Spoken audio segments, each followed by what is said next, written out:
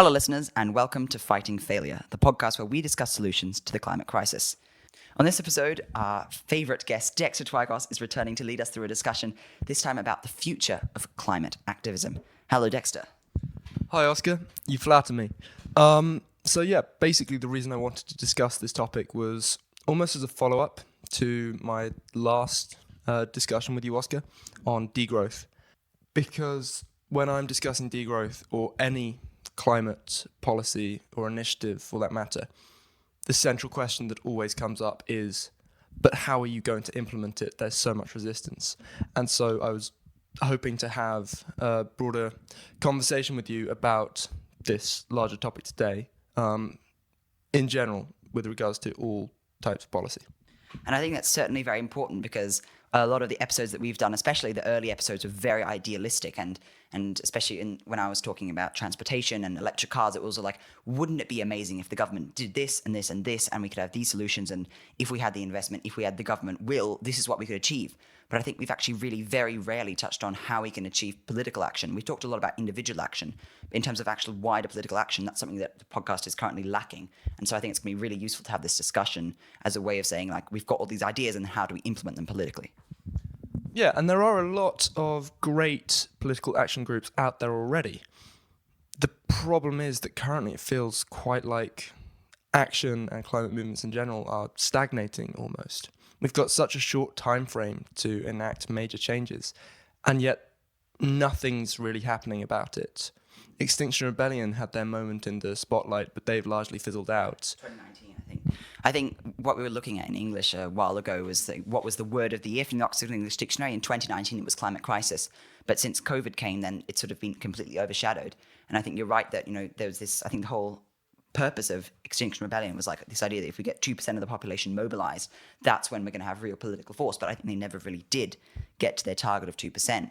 And since then, I haven't heard nearly as much from them. The other issue with a lot of these climate advocacy groups is a lot of bad PR, essentially. If you talk to a lot of normal people who probably do care about the environment at some level but aren't, joining groups like Extinction Rebellion, a lot of the time what you'll hear from them then is that this is actually these bad groups and they're setting a bad example, they're doing bad things, or the way of protesting is not so positive. Sometimes you get like they're causing massive civil destruction, and that is a certain tactic towards peaceful protests, but it can be an issue when, for example, they like stop the London Underground, when the London Underground is like this great green method of transportation across London. London would just slow to a halt without the Underground because you just cannot get enough cars across the city. And so it's a really useful transportation method. So that's just an example of really bad PR if they're going to try and stop the London Underground from working to try and get more trains more generally or anything like that. And so there's a real issue with bad press for these environmental groups as well. Yeah, I'd just like to add that the London Underground was a special case for Extinction Rebellion. Exactly. Yes, but more generally, there are instances such as with groups like Insulate Britain that caused a massive media storm, outrage, fairly recently, and even just yesterday, Just Stop Oil protesters threw a can of tomato sauce at Van Gogh's masterpiece, the painting Sunflowers. And I would like to approach this in a more sympathetic light. I don't condemn these actions as much as many people, especially in the media, would. And I think that the issue with groups such as Extinction Rebellion, Insulate Britain, goes slightly deeper than just the surface level critique that they disrupt things. Yeah. They cause a nuisance to people's lives. I think that largely what these groups are missing is a more radical flank backing them up. And I'm going to pause this thought for now, but get back to it regarding the ideas of a human ecologist named Andreas Malm. I was thinking about what you were saying with regards to disruption and also in terms of how immediate the climate crisis is, because there's the element that, yes, it's causing some disruption, but if you think about the sort of thing that we're trying to campaign against and the thing that we're ultimately trying to save everyone from, if we already look at examples of flooding, I think there's recently been massive flooding in Australia, evacuations. It's like, the time when was it, a third of Bangladesh was underwater or something like that. And these sort of crazy amounts of disruption that come from the natural disasters, which inevitably stem from climate change. Obviously, you can't attribute a single event to climate change. You can attribute the global trend of more of these events to climate change. And so if we think about the amount of disruption that's caused by, gluing yourself to the street or blocking off these central squares or these sort of stuff that Greenpeace or Extinction Rebellion do, this disruption is absolutely tiny on the scale of what sort of disruption could be caused to just global civilization by the climate crisis. I was watching this video recently about tipping points, and I think that's a really scary concept, that it's not just, linearly, like how much time progresses, how much worse it gets, sort of how much time progresses, how much carbon gets emitted every day. Suddenly you can just reach this point where it just snaps and you've got massive amount of global disruption, essentially, with a very small increase in carbon in the atmosphere because of these sort of environmental tipping points, like in the Amazon rainforest or wherever these tipping points are located. And I think that's a very scary concept. But you're totally right that we're basically living on borrowed time with these groups. They're campaigning for change, but if we look at what the scientists are saying, this change really ought to have already started if we want to have any sort of manageable pace of reduction. And nothing is really happening. I think my main point for today is going to be that these groups need to evolve, need to diversify their tactics if they wish to adapt to the challenge of creating this massive, large-scale social change. And a lot of them have fundamentally misunderstood the ways in which social change has worked and has been conducted throughout the centuries. When we think about climate activism and social change, the immediate image people turn to tends to be that of protest, that of large groups of people gathering together to show their discontent for a system or a policy or a figure. You've already mentioned the 2% goal of Extinction Rebellion. That's not everything. That's not the full picture. And by focusing solely on protests, specifically peaceful protests with no violence at all, and I'll get into different definitions and types of violence shortly, by focusing solely on non-violent actions, figures like Roger Hallam and Extinction Rebellion fail to properly build a significant movement. There is a fantastic article by someone whose name I'm probably going to butcher here, Zeynep Tufekci, explaining how and why protests work and what their value is. And she explains that there are long and short-term effects to them. In the short term, they succeed in challenging the legitimacy and credibility of authority, so in this case the state, and they act as signals that people aren't happy and won't put up with the status quo. In the long term, they have more broader reaching effects. They change the culture of society, they change people's minds. They're ultimately a grab for attention and force people to engage with issues they otherwise wouldn't have done. And through this, through creating disruption, they find a place in the media. They also manage to create lifelong activists out of people. The bonds people form by gathering around common issues last a lifetime, and the attitudes that they shape within people do the same. So there are a lot of strengths here in using protests, but using protests alone is a misstep. Why? Largely because the powers that be aren't, and largely have never, just rolled over when we ask for their when we ask for them to change. Okay, then they don't just hear even millions of people marching in the street and decide, okay, we're going to implement all your demands now. There is, of course, resistance, and Extinction Rebellion has failed to account for that. They don't have the, they don't properly challenge the legitimacy of the government by applying, I guess, a certain level of threat to it. Initially, they had three demands. The first one was that the government was to tell the truth about the climate crisis. The second one was that the government was to act on the climate crisis, reaching net zero by 2025. And the third was that they would enact a citizens' assembly to enable people to make the decisions about how the climate crisis should be won and remove that from electoral politics. They only really succeeded on that first one, if at all. In 2018, 2019, the government issued a declaration of climate emergency. Yeah, a declaration of climate emergency is all good, but it doesn't necessarily mean anything if it isn't policy to back that up, right? Exactly. And so what Extinction Rebellion has found is that while their protests and their disruptive tactics were hugely effective in changing people's minds, i.e. the long-term effects, we can see from YouGov polling that the amount of concern that the general populace had for the climate crisis spiked. It shot rapidly up by a factor of about 10% immediately after the June 2019 protests. We can see that they've had the long-term effects, but they largely failed on the short-term effects of creating policy, creating change, because what the government met them with was a concession, sure, but a very symbolic concession which didn't really mean anything in the long term. And so that's largely caused them to fizzle out, because they can't, no matter how much they do, no matter what disruption they cause with their tactics, they've been unable to force any more of these short-term snaps of change and policy, such as defunding fossil fuels, moving subsidies elsewhere, etc. Yeah.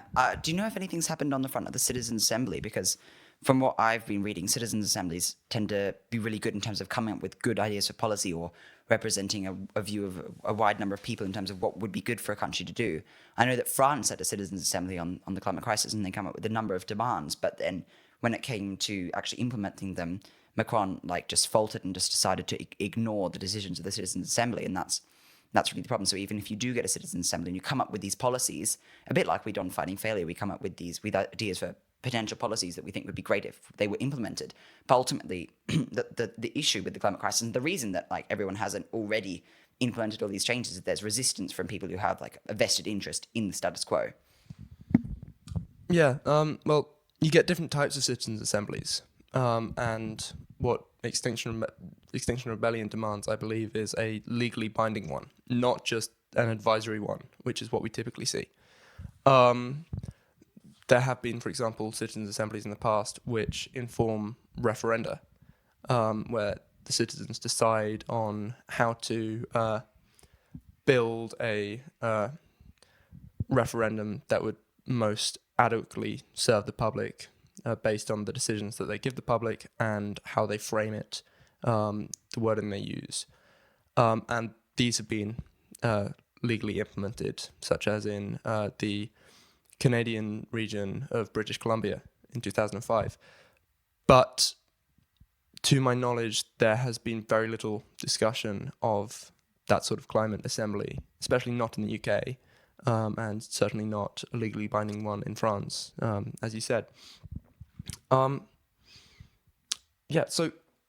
I guess this brings about the question of, well, what could Extinction Rebellion and other climate groups that could spring up or are already existing do to create this, to get this short-term push to force the government to act, instead of just relying on a massive number of people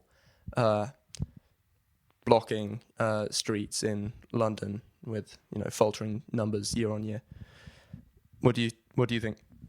Well, I'm not exactly sure, but what springs to mind in terms of political action is sort of the turmoil that we've seen recently in the government. Obviously, as we're recording this, Kwasi Kwarteng has been sacked, so there's a massive amount of tumult in British politics, and it does show that what seems to have power is the markets, because Truss has had to U-turn on a massive number of policies because the gilt market was just all over the place. The Bank of England is trying to fix the markets when it was just a government decision that caused the markets to fail, and all of this sort of stuff. And it's shown that within within weeks of the mini budget being announced, has had to be that already that they've managed to force political change.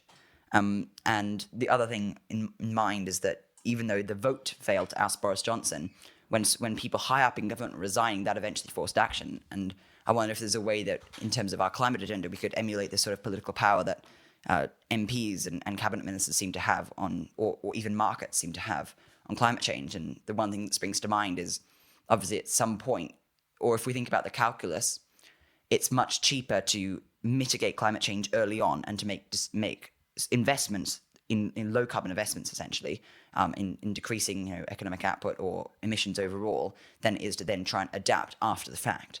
So is there a way that we can sort of visualize this economic calculus in terms of markets, or in a way that would force the government to change? I'm not really sure. Well, there are certain things like the EU carbon tax, which try to rely on markets to, which try to incentivize markets to bring down their carbon emissions by making it more economically viable to go green. The issue with that is that while it's legally binding, it's not implemented everywhere, and a lot of the advantages, as we've discussed previously, from having this tax is purely that the carbon emissions get shifted elsewhere into the global south, poorer countries. The argument has been made that it wouldn't be a problem if every single region around the world had this tax. But again, we get into problems probably related to degrowth, and that it would have far broader ecological effects and ecological problems as people. I guess the issue is that even with a carbon tax in a system where growth is paramount, then you have to there has to be some way of growing, and maybe it means in the short term that because of the carbon tax they try and grow in more green ways, but at some point the need to grow becomes so great and it's so difficult to do that the carbon tax becomes something that they can just deal with. And so I guess the system, although the system tries to put these sort of regulatory boundaries on how much companies can emit, there becomes a point when it's worth like dodging the law or something like this if the motive is still this profit and ultimate growth. Whereas in a system like we discussed in the episode about degrowth, where profit or growth isn't the sole motive, and the motive is rather just creating a better world, then that it isn't so necessary to have carbon taxes because it's part of the goal to reduce the impact on the environment. It also drives massive ecological extraction. If we renewable energy isn't entirely green, of course it's got a cost, and that cost largely comes in the problems from massive high intensity mining all over the world. It's not hard to envision a picture of humanity post global warming, quote unquote, where big firms are forced to venture ever further into our planet's ecological defenses, our boundaries, our tipping points, in order to get the renewables we need, the lithium we need, the other materials to fund renewables that we need, just so that we can keep growing, bearing in mind that the economy is going to double every 20 to 30 years, and thus our energy demands are also going to double.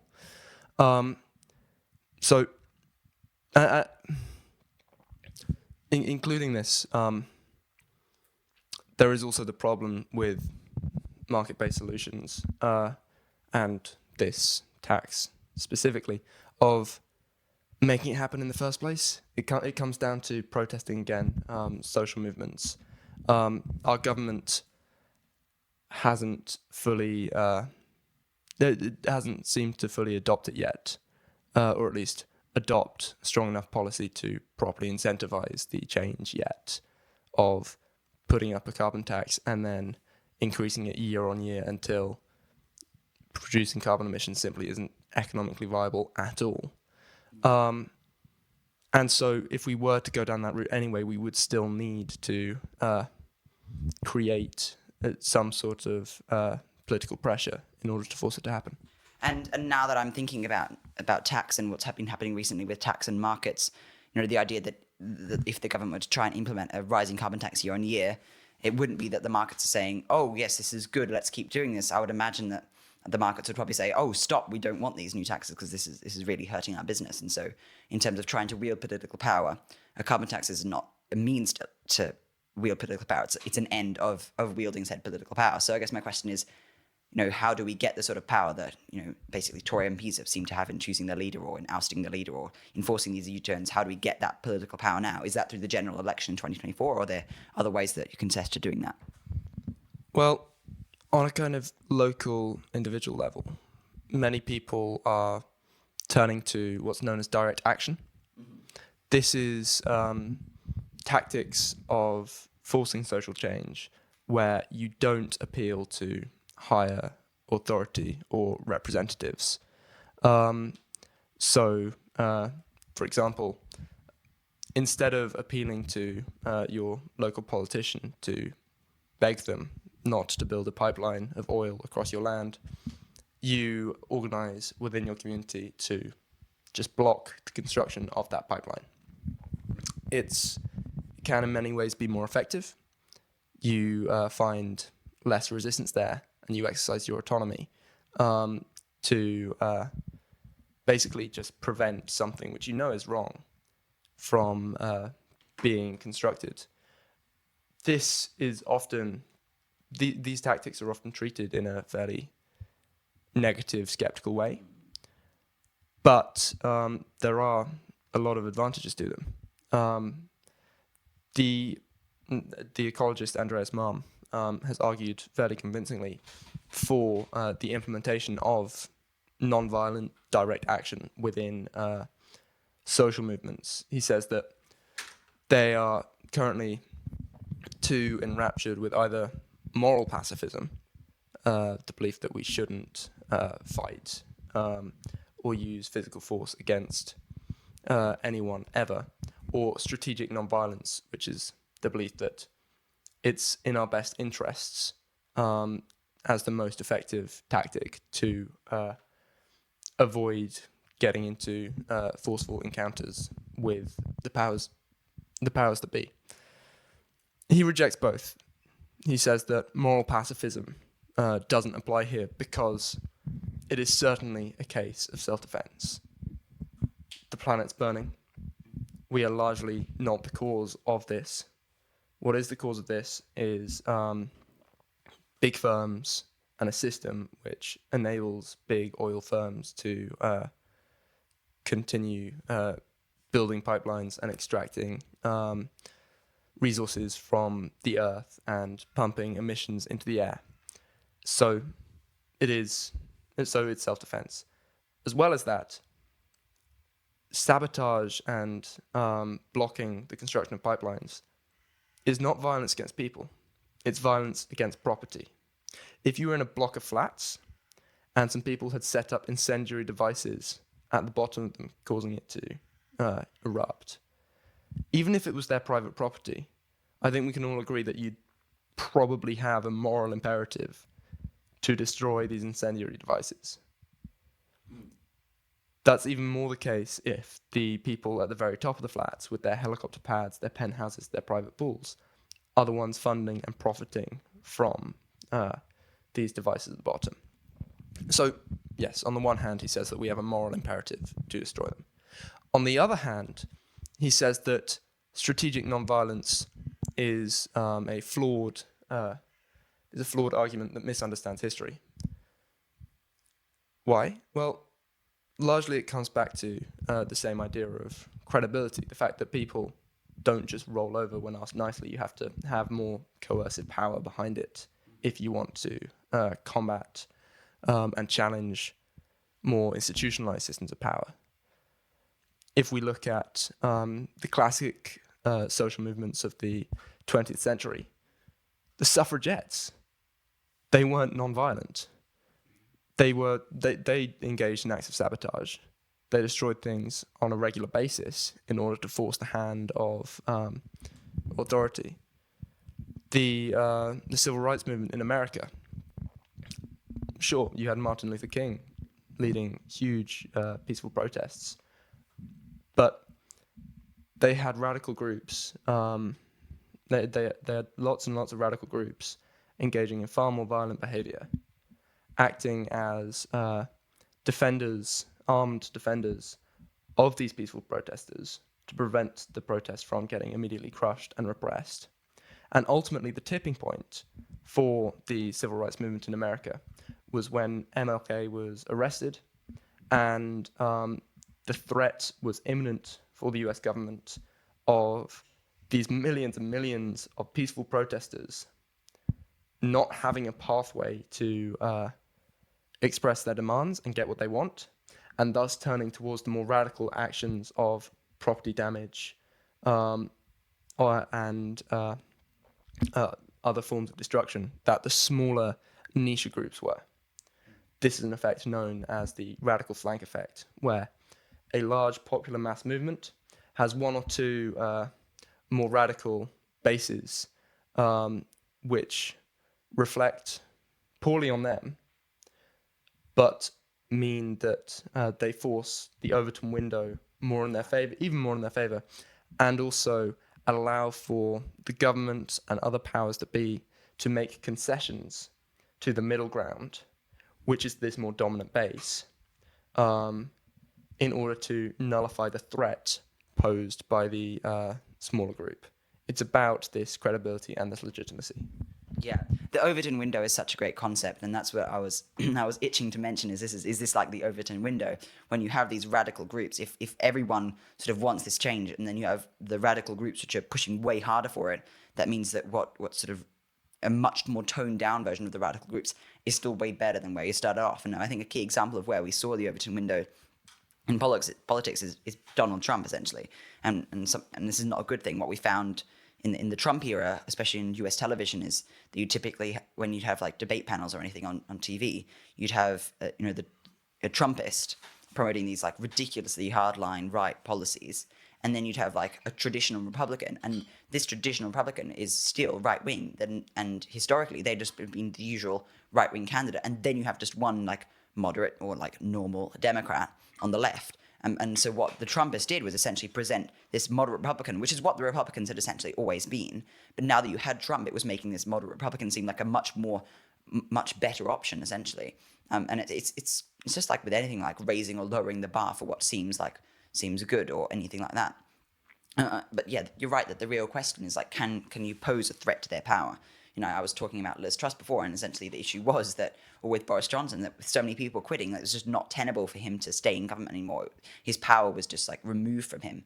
And it's the same thing with, like you were saying, Martin Luther King, is that because you had these radical flanks, there was the threat that this peaceful protesting group could turn violent, or not violent in terms of violence against people, but definitely violence against property or anything like that. And so once it became a threat to power, that's what forced political change. It just wasn't just seeing that people are discontent. It's when there's actually like a physical threat, or not physical, but like a real threat to the power of the powers that be. I think it's also probably worth mentioning Gandhi, because he is really the kind of the figurehead symbol of pacifism, or pacifist social movements. He also largely falls under the category of, it would again be a mistake to view Gandhi's success purely as a result of pacifism. What had happened was millions and millions of Indians had fought in World War I and were now essentially trained in combat. Gandhi was, and this is a simplification, but Gandhi was largely the main figure channeling that into passive action. And so it still posed a very significant threat to the British colonies that they'd risen up, because you had all these quite effective soldiers engaging in civil disobedience and enabling to present a significant threat to the powers that be. I also believe, but maybe wrong on this, that Gandhi's view didn't come from moral pacifism, but from strategic nonviolence, and he was prepared to lose that aspect of his campaign should the situation demand it. And so we can see by clinging to this ideal of completely changing the system without forcing the system in a particularly violent, profound, meaningful way is quite flawed when it comes to modern social movements. It means that they're able to achieve their long-term goals of changing minds, but they're not able to achieve their short-term goals. It would be largely fine if we had infinite time to change our system as new generations grow up with different beliefs and they can make the changes through representative politics. But we don't, and so we need these short-term actions implemented sooner rather than later. The one thing I was thinking is that if you also think from a very sort of conspiratorial or cynical perspective, you could imagine that the powers that be really do want to encourage this idea that moral pacifism or strategic nonviolence could work, because maybe they know that's or especially in terms of vested interests and people who hold the property that could be threatened by direct action. You could very well think that they'd want to sort of encourage people. Oh yes, join these protests, sign these petitions, do anything, like direct your activist energy at actually ineffective methods or effectives that don't harm the vested interests. And so from you could imagine a very cynical or conspiratorial perspective that maybe they want to sort of spread the idea that this is a good route to go down because it's actually not. Yes, no, I fully agree. While I can't properly say that there are sinister cabals at Disney deciding to promote pacifism at all costs, it's certainly deeply etched into our culture and our idea about how to make change. The reason I picked Disney for that was because it seems that every single one of their villains in their cartoon shows these days is made, quote unquote, morally ambiguous by giving them a belief or stance or criticism of society that's correct, but a means of achieving it which is violent or seems, out of proportion. Essentially sending the message that you can believe anything you want and be entirely correct about it, but as soon as you lift a finger against anyone in any way other than just holding a placard or a sign or voicing your belief with a sense of nicety and politeness, as soon as you do that, you're invalidated in your views. And there is a lot of that general invalidation. The response to Extinction Rebellion protests and Insulate Britain protests, and I am quite critical of Insulate Britain for reasons which we can get into, but the main criticism of them, other than that they disrupted the public, was that they were hypocrites because they weren't able to insulate their own homes, or because their methods were too disruptive or too extreme. And this has been handed out to pretty much any social movement I can think of. Greta's been getting the hypocrite comment constantly, Greta Thunberg, and Black Lives Matter also too disruptive. You've got millions of people in parks. Oh no, the horror. Well, the police are doing the exact same thing. They're criticizing the people and not the actual message. Exactly. So there is a lot of resistance to these sorts of movements, as there always will be. The suffragettes were completely rejected, disregarded, criticized at that time, and now we vindicate them. We treat them with great respect and as heroes. It's not going to be an easy fight.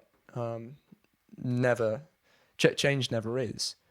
But unless we do find ways to diversify tactics, engaging in more radical actions such as sabotage, slashing the tires of SUVs in London to make the costs of operating them so high that it's just not viable anymore, blocking pipelines and other infrastructure. Unless we can diversify our tactics down that route as well, I don't think that we're really going to be able to change anything. Yeah, it is kind of the sad truth that change is always difficult, and we tend to look back on history with very rose tinted glasses and at these sort of supposedly pacifist movements, but this change is just more necessary than ever as well because of how imminent the climate crisis is, and so ultimately we need to use whatever tactics at our disposal to save everyone from calamity. There's an interesting idea of building alternative power structures, and this is that we should we're never properly going to be able to implement change through electoral politics, through representatives, because there's always going to be so much resistance there. It's not a system which facilitates the dramatic change that we need to develop for this. If you're a green growther, sure, maybe, but from my position as a degrowther, it's just not viable. And so alongside protests, alongside direct action, which are both... So alongside the tools of direct action and peaceful protest, because I should probably spend more time clarifying, I'm not advocating for randomly attacking and stabbing people on the street. Alongside these tools, we should also seek to go against the bureaucratic structures we currently have and just implement these structures in our own lives, start experimenting. This is another idea from David Graeber, who I believe I probably referenced last episode. Yeah, he's an anthropologist. He died a couple of years ago, which was quite sad because he was an incredible figure. But he talks about in his latest book, The Dawn of Everything, how our freedom to experiment politically has been completely nullified and retracted compared to what we would have had before the rise of what we now consider to be the state. In prehistory, there was this massive carnival of political ideas and systems everywhere, some with states, some more anarchistic and tribal, some rotated between different systems on a seasonal basis based on what would best serve them. Graeber argues that we've lost this ability to organize politically in new and radical ways, and the idea of building up alternative power structures, A, challenges the legitimacy of government by showing that a different way can be possible. B, enables the kind of cultural shift that we need, again by showing that a different way is possible and by allowing the mixing and spreading of ideas. And C, allows us to experiment in ways that we really dearly need right now in order to overcome this political problem of resource extraction and carbon emissions that we're facing. And thinking about sort of changing political structures, I think it goes back a lot more, or the ability to experiment goes back so much more recently than just like prehistorical power structures. If we think even about the founding of the US, how many amendments have there been to the US Constitution? It's probably at least 20 amendments. So I have no idea either. But, there's a Fifth Amendment, right? But if you tried to get an amendment through the US system now, you would not be able to. It certainly feels like the period of time when you could change stuff, like changing to a constitutional monarchy from an absolute monarchy, or implementing these sort of different, really structural changes to the way voting happens, or the way constituencies work, or stuff like amendments to constitutions. It feels like all that sort of stuff has really slowed down now that almost every piece of territory has a country on it. There's no more space to experiment with new political systems, because the US was fundamentally a very big experimentation with a new system of complete democracy. It was, obviously we had, the Roman Republic, but most of the Western world at the time was run by monarchies, and the US came in and had a completely different system. And that's not to say that the US was amazing, because there were massive issues especially with whatever the slaves being 3/5 of the person and all of those issues. It was a time when political experimentation was much more possible. And if you think about nowadays, just about no vote except for Brexit gets through referenda. Something like the vote about alternative voting. Alternative voting would be an amazing way to give smaller positions politically a lot more power, or at least just a power equal to their size. If you think about the Liberal Democratic Party, they get like 10 to 20% of the popular vote, I think, but get a much smaller amount of seats because their voters are spread out across a massive number of constituencies, and there are very few constituencies where the Liberal Democrats actually managed to get a candidate, and that's because of the first past the post system, and it's also because of representative democracy as opposed to proportional representation or mixed member representation or any number of these far superior electoral systems that we could use to have a bit fairer. So I think even with the sort of current electoral system, there are big reforms that would be most likely impossible to do that would make it a lot easier or give pro-climate people a bigger voice in Parliament. And while experimentation may seem like a scary concept to people, it's worth noting that it's got a very strong basis in the field of study known as complexity theory. This is a largely emerging cross-discipline form of analysis which looks at how systems interact, be it biological, ecological, political, or economic systems. And a core tenet of complexity theory and systems theory thinking ideas is the concept of self-organization. That the way that different systems adapt and grow is through allowing smaller parts of it, so people acting within a society or broader species acting in an ecosystem, to influence and change the links and ways the system is run. There's a useful analogy with evolution here, which systems and complexity theory are largely influenced by. The way evolution works isn't typically from the top with a massive kind of micromanaging hand, intelligent design, transforming each animal bit by bit. It's small differences, random differences, which build up over time in a more positive trend towards certain features. The same could largely be said for how our society could work with, more with more experimentation. We would be able to, we would have some more backwards progression, but we'd also be able to see what works and have significantly more forwards progression in terms of bettering people's lives. Yeah, and slightly different to lead to evolution. If we were to experiment politically, there would definitely be some element of randomness and trying out a variety of different things and seeing what works. But it would be, I think, a bit better than evolution in that we're not sort of trying out random mutations to the government. We're thinking of different ways that it could be better and seeing which one of those work. It's more reasoned. It's not an overarching intelligent hand, but it is more reasoned than random mutations for sure. Yeah, sure. Just to bring this back to more grounded topic, how to implement this, because again we've come back to a slightly more idealistic vision of what we can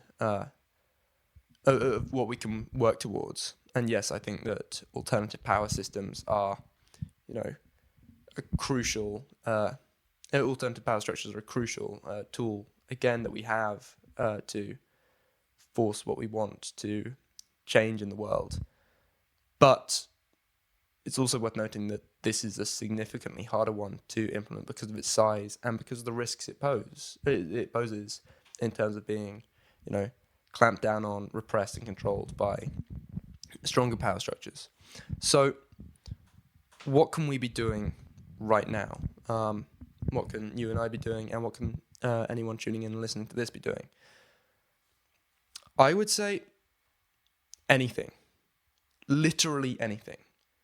Because while sitting around thinking and sharing ideas is fine, it's not going to have the short-term effect that we need to force change.